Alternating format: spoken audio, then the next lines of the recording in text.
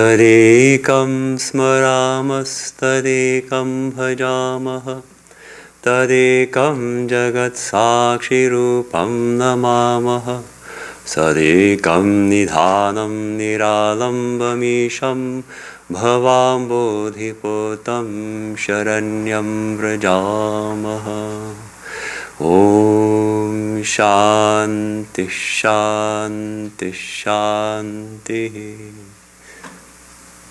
On that alone do we meditate, that alone do we worship, to that alone, the witness of the universe, do we bow, to that one who is our sole eternal support, the self-existent Lord, the raft to safety across the ocean of this world, do we come for refuge. Om, peace, peace, peace.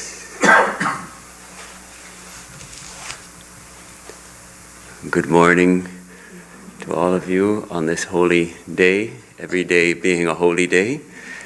And thank you for the beautiful song, All the way to heaven is heaven. All the way to God, we are with Him. All the way to heaven is heaven.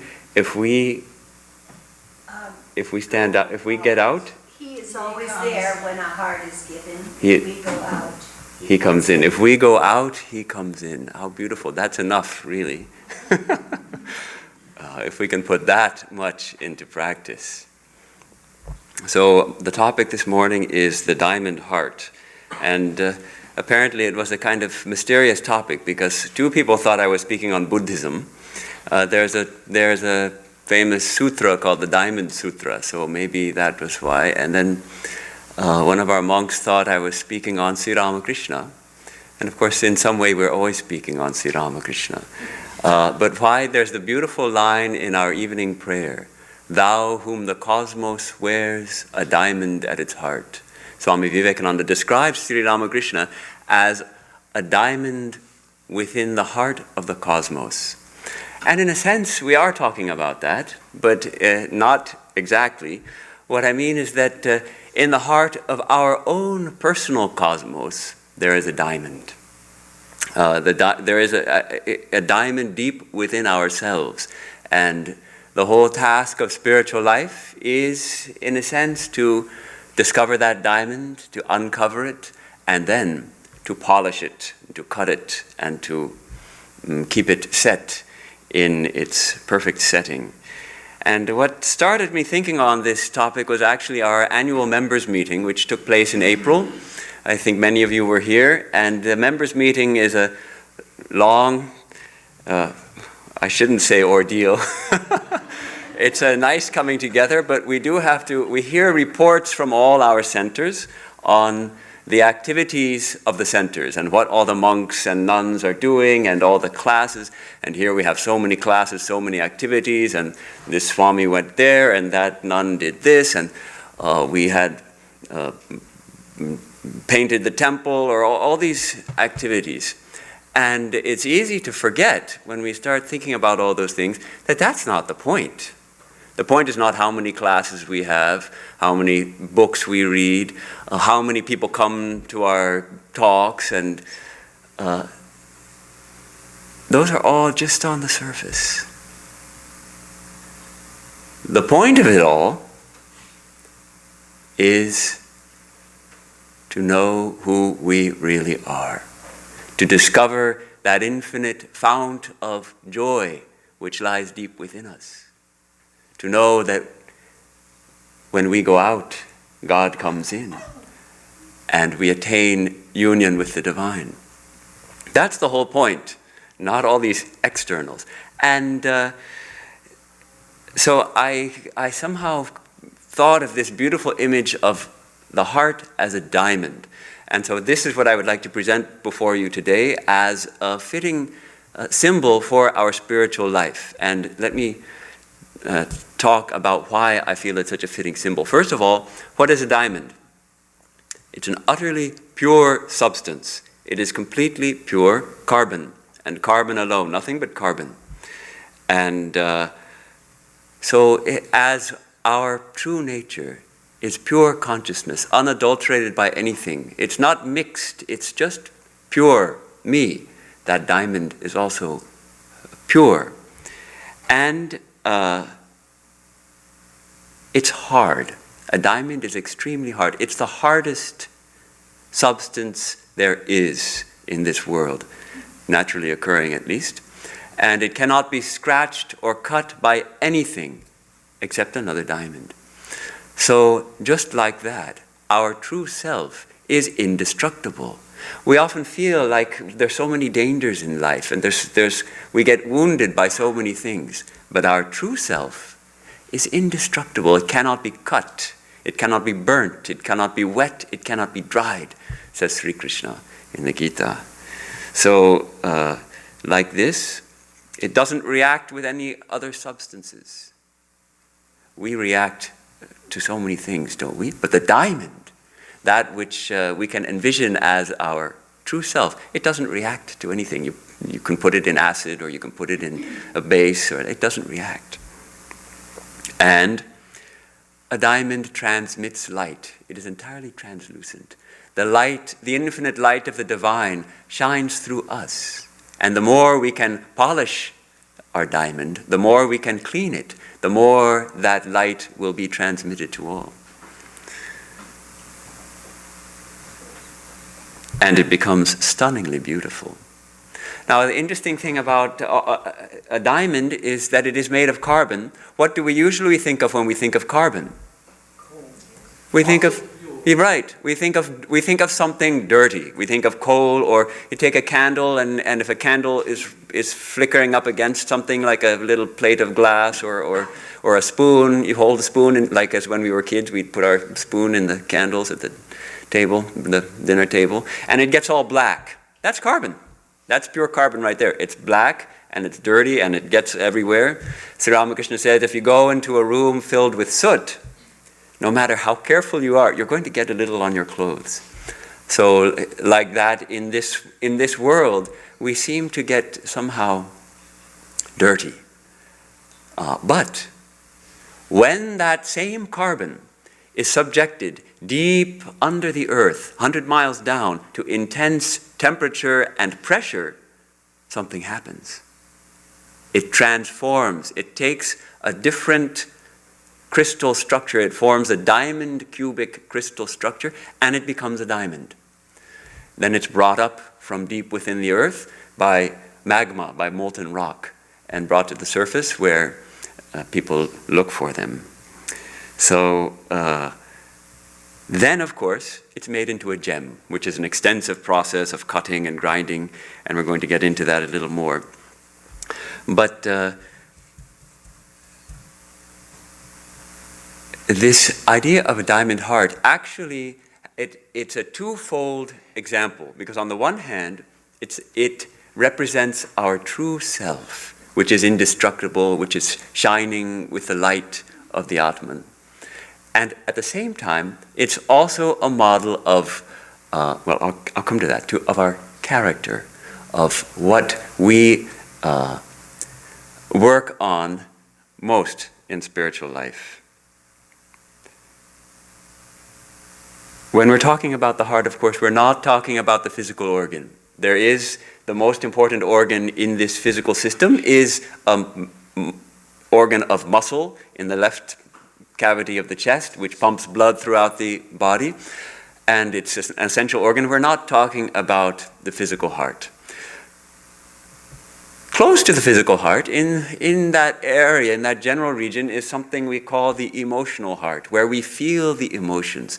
And I think all of us have experienced a broken heart. And where do we feel that broken heart? We feel it here. We feel it here. So this is a clue to finding what we call the spiritual heart, which is within or beyond and more subtle than the emotional heart. It's here in the core of our being. That's the heart we want to talk about today. This spiritual heart, this nexus of the human and the divine, the knot where our infinite consciousness is tied to this limited body, and where we find our true self, where we find the divine It is somewhere within us. We have to find it ourselves. No one else can show it to us. And spiritual life can be seen as really a process of finding this diamond heart, this seat of the divine within us. Now, when spiritual life begins when we begin that search, that quest.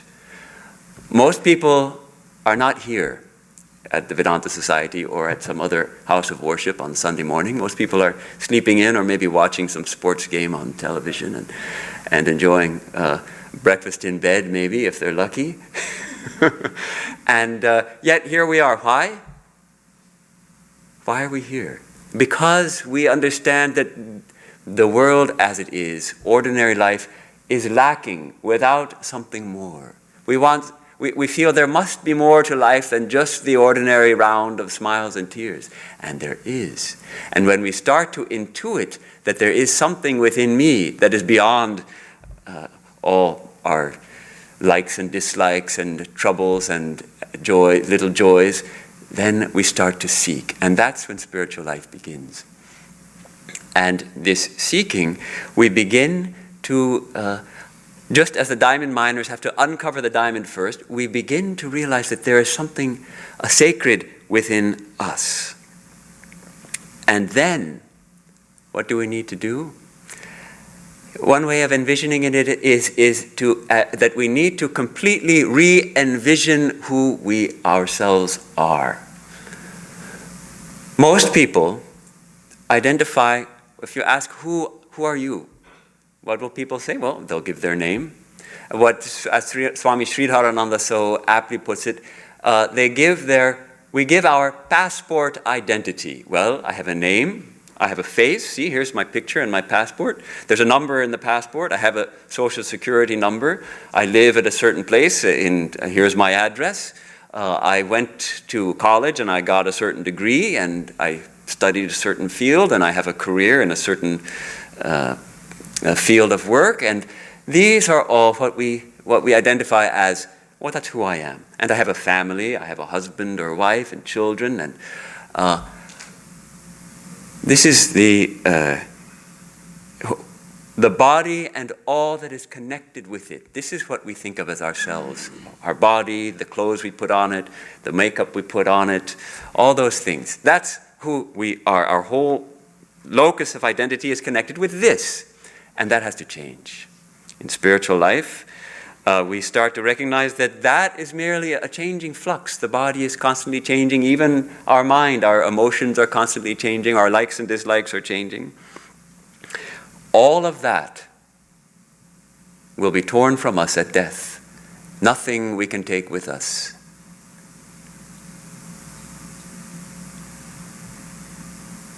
So we start to re-envision, who are we? We might say, well, what about memory, our continuity of memory? I may not be the same person as I was as a teenager. I may have a different car, but I remember my life as a teenager. I remember that car that I loved so much, and that 69 Ford Mustang or whatever it is. And so that's part of who I am, that car that I had as a teenager. Well, there's a hint there, because this continuity of memory gives a hint as to, amidst all the change, there is something unchanging. There is an unchanging me that has all these experiences that remembers. But something that's quite sobering. If we think of our past lives, and in Vedanta, generally we accept the idea of reincarnation and past lives. Who remembers a past life? A few people say they remember, but the fascinating study of Ian Stevenson and his disciple Jim Tucker out of University of Virginia, they found a lot of children who remembered their past lives as very young children and verified them. They would describe all kinds of specific memories. I was so-and-so in such and such a village, and I had such and such parents with these names and all those. And they'd go and they verified, yes, they're true memories. what fascinated me about these reports is that as the children grow older, they forget those memories. They forget them. And they go and they have their new life and they become involved in their new life. So, memory is also will be taken from us. So what comes with us from life to life? What comes with us?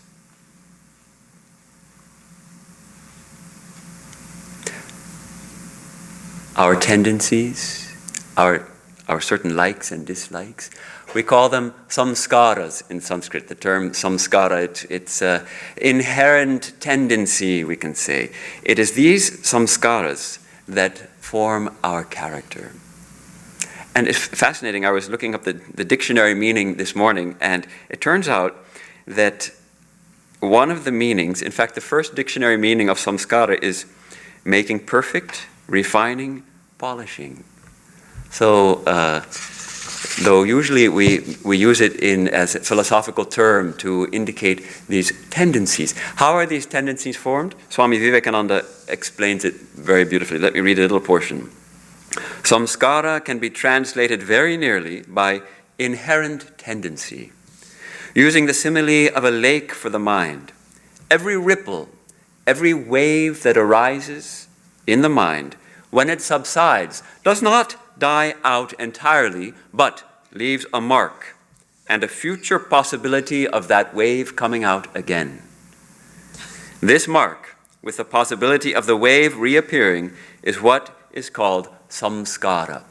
So we do something, and a tendency is laid to want to do it again. It becomes easier to do it again. And he points out that every work that we do, every movement of the body, every thought that we think, leaves such an impression on the mind stuff. And even when such impressions are not obvious on the surface, they are sufficiently strong to work beneath the surface. So these are our tendencies, which form our character. These samskaras form our character, which is really what I want to talk about most today, this formation of character. But there's one more point, which is that ultimately we have to go beyond that too. We are not our character. We are the infinite consciousness, which is the witness of our character and the witness of everything. Eventually we develop Atma Bhava, the sense that I am that. I am infinite and pure. I am one with the divine. I am pure spirit. How do we manifest that spirit? The way we manifest that spirit, the way we manifest our true nature in life is through our character. So that's through our actions, through our speech, through our thoughts, we manifest that infinite purity, that infinite love which we are. So in that regard, the diamond heart I find to be a very useful self-image. On the one hand, it's this symbol of the Atman, of our true self, but also it's a symbol of our character.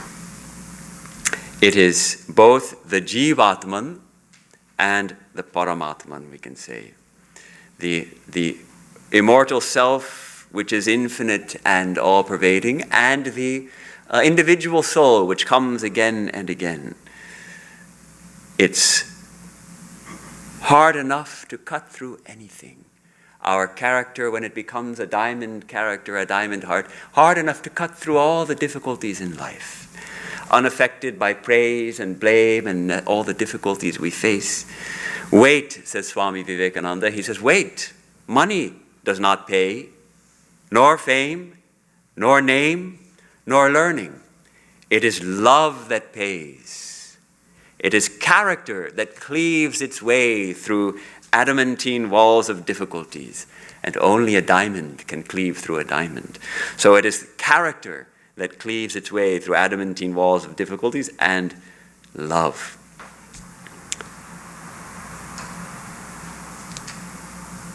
A diamond is a most precious gem. It's the most costly kind of gem. Can we cultivate also a sense of our own preciousness, that our character, our diamond heart shining within is our true treasure? Our treasure is not in the bank balance. Our treasure is not in the jewelry box. Our treasure is not hiding under the mattress. Our treasure is right here within. It's a diamond shining within. And each one of us has this diamond heart. Each and every human being. So, someone will object, well, how so? We see so many wicked people in this world. Robbers and cheats and murderers. Do they also have a diamond heart? Well, a diamond in the rough, we can say. Swami Vivekananda says all people, all men and women are pure. All are good. You ask why some are brutes?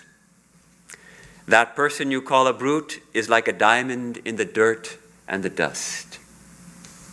Brush the dust off and it is a diamond, just as pure as if the dust had never been on it. Every soul is a big diamond. So if we can protect our treasure diamond from getting covered with dust and dirt, we protect ourselves from negative actions, from doing wicked deeds. So a diamond is formed deep within the earth under tremendous pressure and temperature. So when things get hot for us, when we start feeling the pressure in life, can we feel that actually that pressure is helping to form that diamond of our character? Under that pressure, the diamond comes out and that carbon is transformed into that pure and hardest substance which can cut through all difficulties and transmit the light of the divine. Yes, it's formed under great pressure. So the first task then is to recognize this diamond, which is not so easy. And Holy Mother Sarada Devi gives the parable of a bathing place in India where people come to bathe at a pond, and at the time of bathing there's a stone and they rub their feet on it to rub off all the rough and dead skin off their feet during their bathing time. And so that's a useful stone. It serves that purpose. One day a jeweler came to have his bath there, and what did he see? My God, there's a giant diamond lying here. That stone was a diamond, but nobody could recognize it. No, they all thought it was just a good stone for rubbing their feet on. It was a precious diamond. So like that, we need to recognize our diamond heart. And then we need to cut it. Now, the process of cutting and polishing a diamond is actually quite extensive, and it's interesting. One can see on YouTube nowadays just about anything probably, including the process of cutting diamonds. The first step in cutting a diamond, when a rough diamond is found, it looks like a kind of a glass pebble or a little bit glassy stone if it's a big one. And the first task actually is to see how they can cut the biggest diamond, because it's an odd shape, how they can get the biggest, most beautiful diamond out of it. And they take a long time studying it and checking all the angles, and now they take the help of computers to decide. And then they have to cut away sometimes a significant portion of it. They have to cut it. The old way was to tap it with a hammer and a very sharp instrument.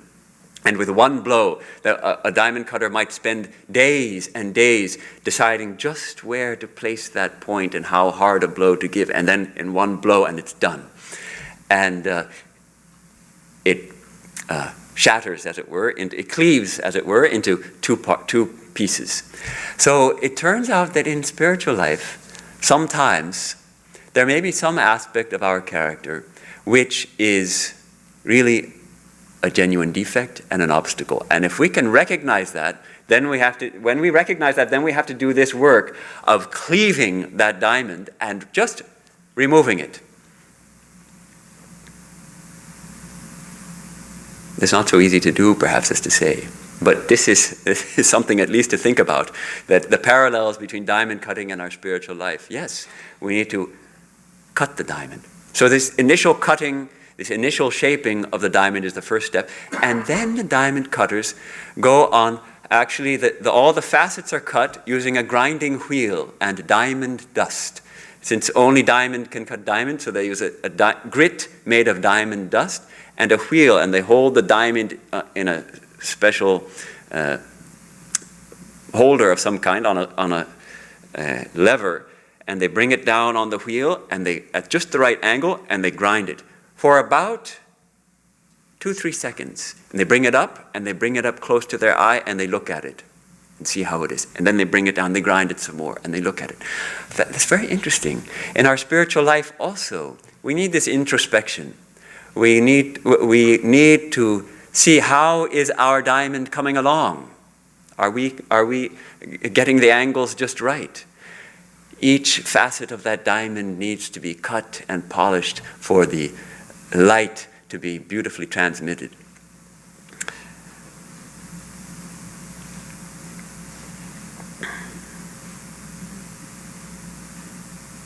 And how do we do that cutting? How do we do that cutting? It's like, that's what we really call tapasya, this heat-generating work of spiritual life.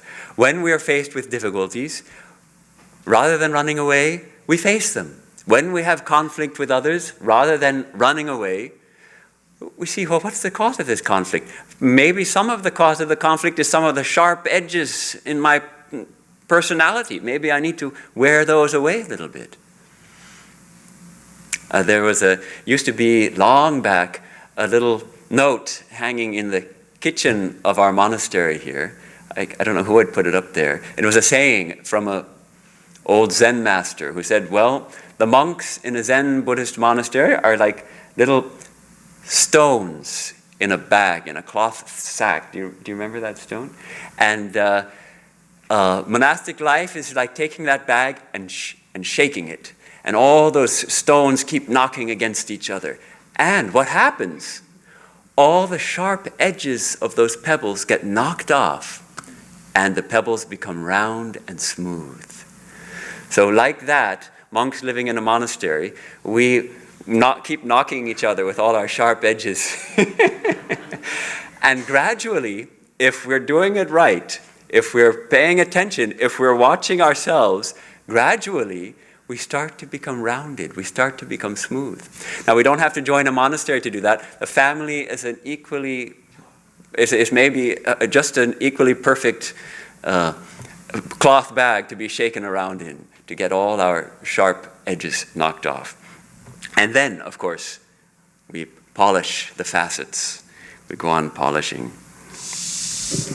So, if our diamond represents our character, and our character is really formed by our habits, then one of the foremost processes of diamond cutting for us will be developing our habits. Swami Vivekananda puts it this way. He says, the only remedy for bad habits is counter habits. All the bad habits that have left their impressions are to be controlled by good habits. Go on doing good, thinking holy thoughts continuously. That is the only way to suppress base impressions.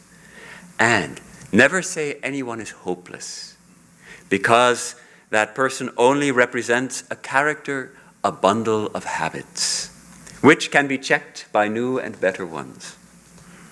Character is repeated habits, and repeated habits alone can reform character.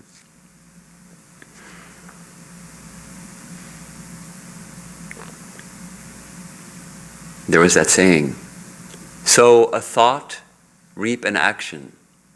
Sow an action, reap a habit. Sow a habit, reap a character.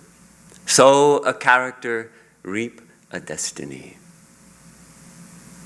Have you got it? It's one of those little sayings you can memorize. It's wonderful. From thoughts, thoughts lead to actions, actions lead to habits, habits lead to character, and our character determines our destiny. Yes. So, this process of grinding our diamond, carefully introspecting, looking at it, grinding some more, I want to suggest that we can have zeal for this process. We can think of the diamond cutter. Actually, in reality, it's probably not the case. The diamond cutter is probably a low-paid worker it's a dirty workshop. It's amazing. It's a really dirty workshop full of dust and that slurry, and they're pushing the diamond again and again and looking at it. They're probably paid fairly well, but the diamond doesn't belong to the diamond cutter. But in our case, the diamond belongs to us. So as we go on polishing the diamond, we are increasing its value, and we are all the more enjoying its value. So can we feel a zeal for this process? Mostly we run away from hard work, but in this case, the hard work pays off so wonderfully that yes, let difficulties come. When I'm faced with a problem, great, this is an opportunity for me to polish another facet of my diamond. When I'm facing this, we all know what the main obstacles are in spiritual life: lust, anger, greed, envy, pride, fear, hatred, all these passions. We call them passions in life.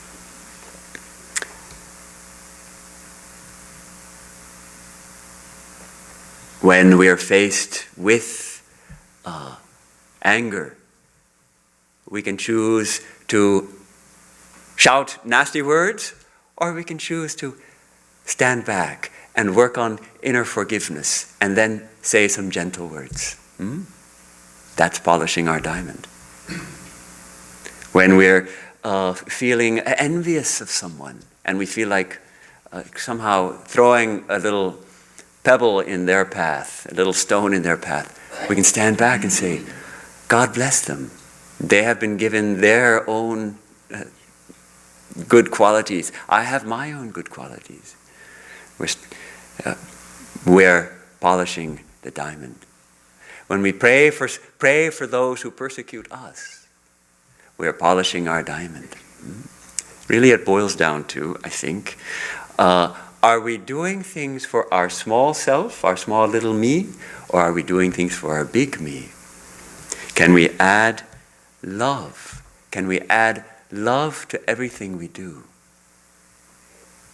It is love and character that cleave through walls of adamantine difficulties.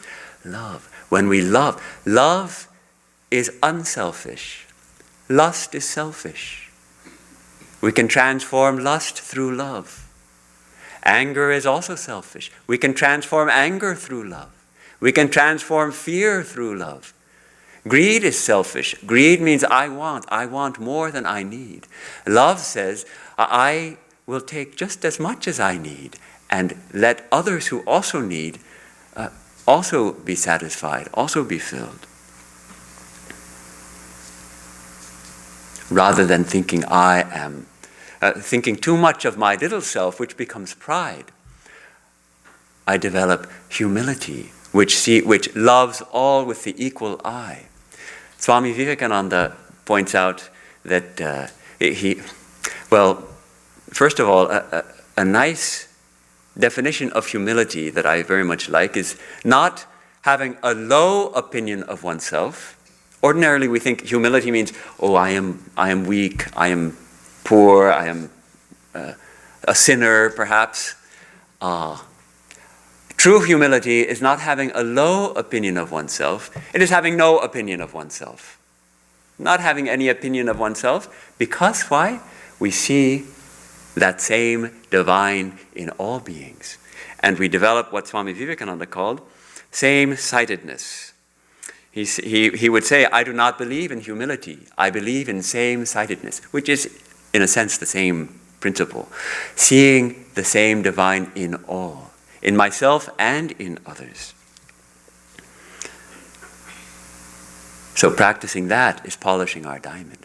Now, for some people, polishing may be something else. Maybe for some people, they're always backing down in the face of conflict and getting walked over. In that case, maybe the diamond needs to be polished by standing up and saying, no. For some people, that's the lesson.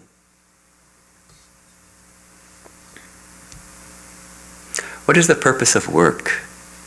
We do so much work here in our Vedanta society, and all of us have our work. Yesterday we went to Swami Vivekananda house, and we spent almost 8 hours there, most of that time, cleaning, and we got it really clean, and worked hard. What was the purpose of that work? Was the purpose to clean the house? Well, it seems like it.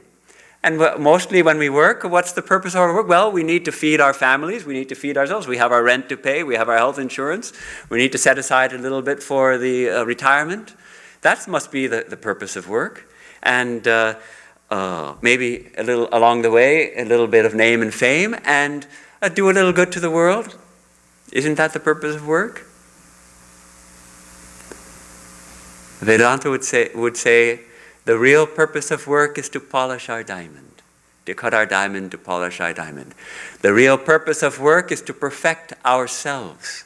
Because nothing we accomplish in this world, from our bank balances to our name and fame to anything else, will accompany us, will go with us for very far, except that character. So we call this kind of work karma yoga.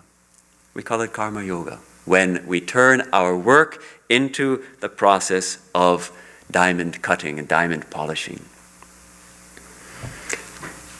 There's a model of a way of looking at this world and our place in it, which rather appeals to me, though Swami Vivekananda didn't like it very much, but even then I like it. It's the schoolhouse model.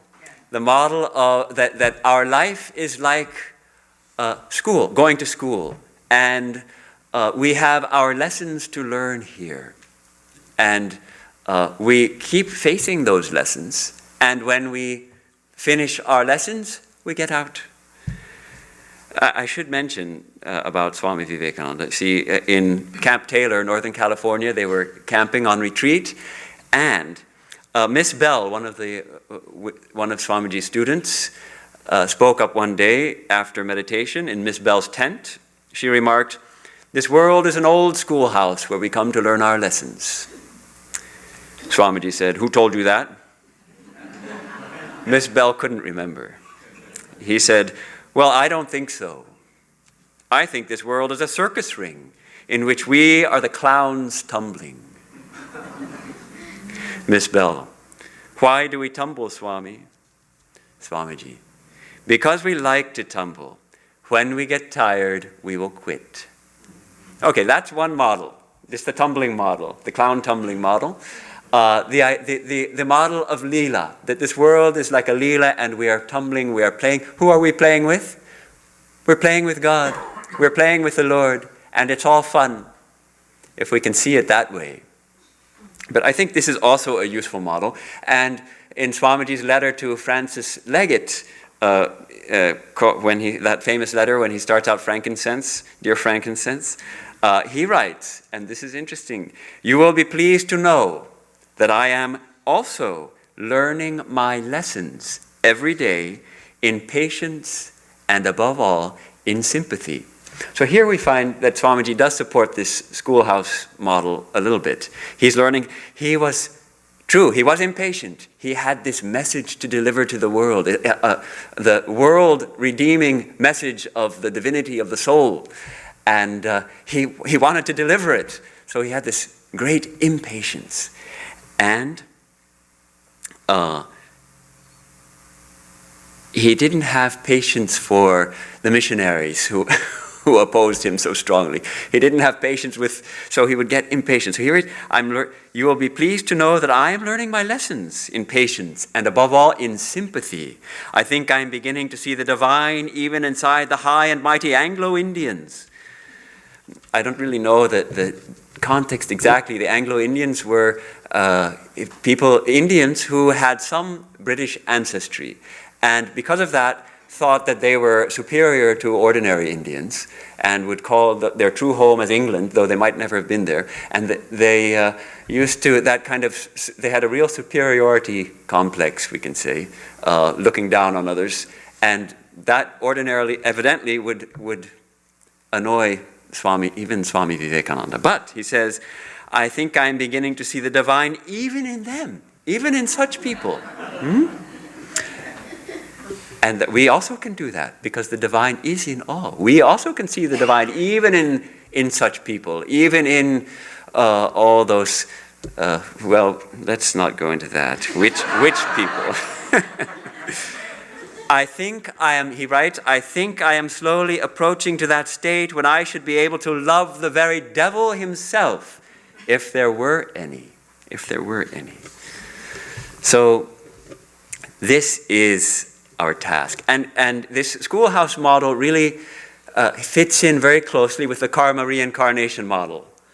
We come, why? Because of our karma, the acts we have done in the past bring us to our present incarnation, and we sow the seeds for our future. The glory of this karma model is that we hold our future, we hold our destiny in our own hands. We don't have, it's not given up to anybody else. It's the power to change our lives is in our own hands. Every time we say a kind word, every time we act unselfishly, we are polishing our diamond, and we are laying the seeds for our beautiful character to fructify. And there's a corollary in this karma reincarnation model of the world, which says that we come together. We incarnate together. So many of us, quite probably, have been together in previous lives. And many of us will likely come together again in future lives. Sri Ramakrishna told some of his intimate disciples that he would be coming again. And his niece, Lakshmi Devi, he told her, yes, I'll be coming again and you will have to come with me. And she said, no, absolutely not. I'm not coming back again. No way. No. And he said, my dear, you do not have a choice. Our roots are intertwined. And he likened it to a certain aquatic plant that floats on the surface of the ponds in that part of India, called the kalmi plant. It's a creeper, which it's a mass of green, and you pull on one piece, and a whole mass of plant comes with it. It's all intertwined and connected in the roots. So like that, our roots also are all interconnected and tangled. So it's said that maybe there's a family member who's causing us a lot of grief, and there's a lot of conflict. Well, the roots of that conflict might not be in this life. It might even go to a previous life. So, do we want to run away again? Or do we want to face it? Do we want to face it this life and settle that so that we don't get in perpetuity coming back again and again to face the same struggles, the same fights, and the same tears?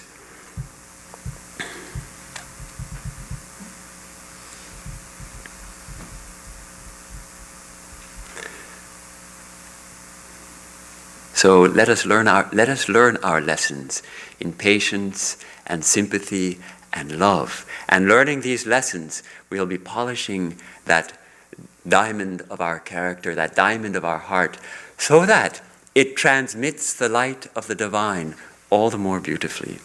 Sri Ramakrishna really is a perfect exemplar of this practice of diamond cutting. And with a little bit of hesitation, I'd like to share one of the practices he undertook to eliminate any feeling of superiority he had in his mind. I think many of you know the incident. This was during the period of his intense spiritual disciplines, his sadhana period. And he was so unmindful of his body and its appearance that his hair had grown into long, matted locks, jata, we call them. And the wandering monks in India, even today, some of them can be seen with these long, matted locks. So he had this long hair. Now, at the Dakshineshwar Kali temple where he lived at that time, there was, as there was in society at that time, Indian society, there was a great stratification. All societies have a social stratification, but it was really terrible in those days. And at the very bottom of the social ladder were the people whose job it was to clean the latrines, to clean the toilets, and not only to clean them, but to carry the waste in baskets on their heads and take it to the proper place of disposal, because there were no sewer systems at that time.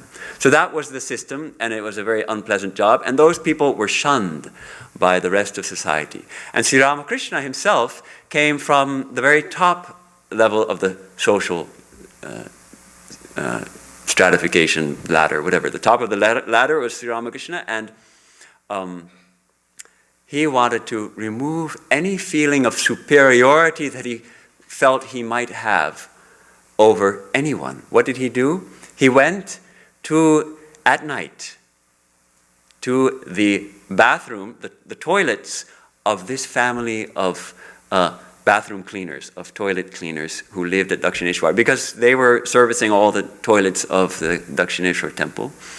So he went to their toilet at night and cleaned their bathroom, their toilet, I should say, their latrine, with his hair.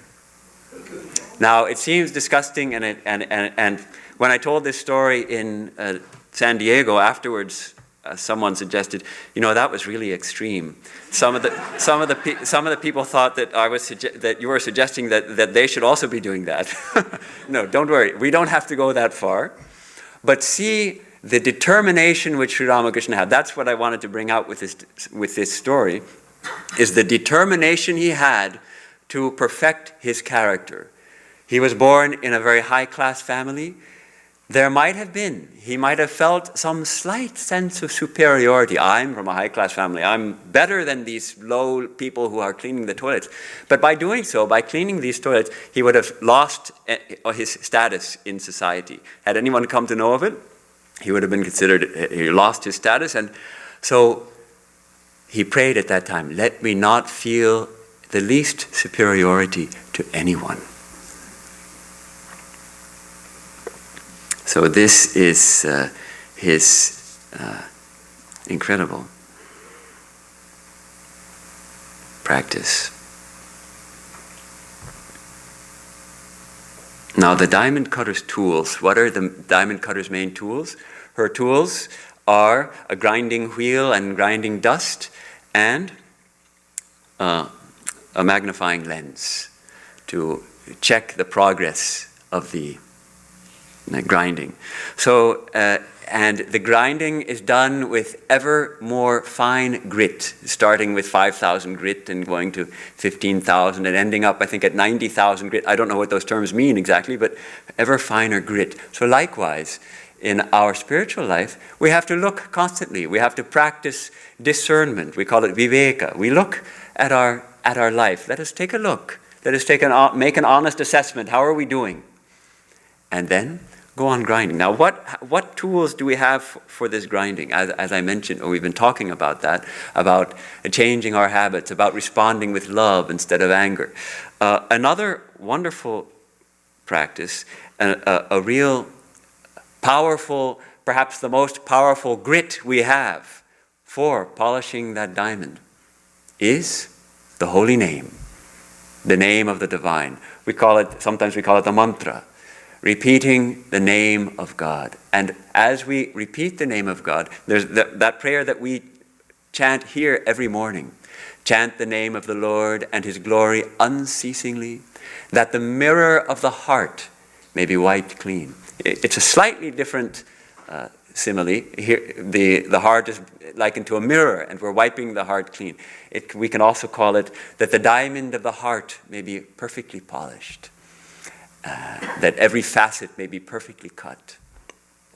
When we are repeating the name of the divine name in our meditation, we are invoking the presence of the divine here within. The divine, of course, is already within, but we are invoking its manifestation. We are invoking it to manifest more fully here. So as we go on doing that, we are really polishing the diamond letting the divine light shine more fully.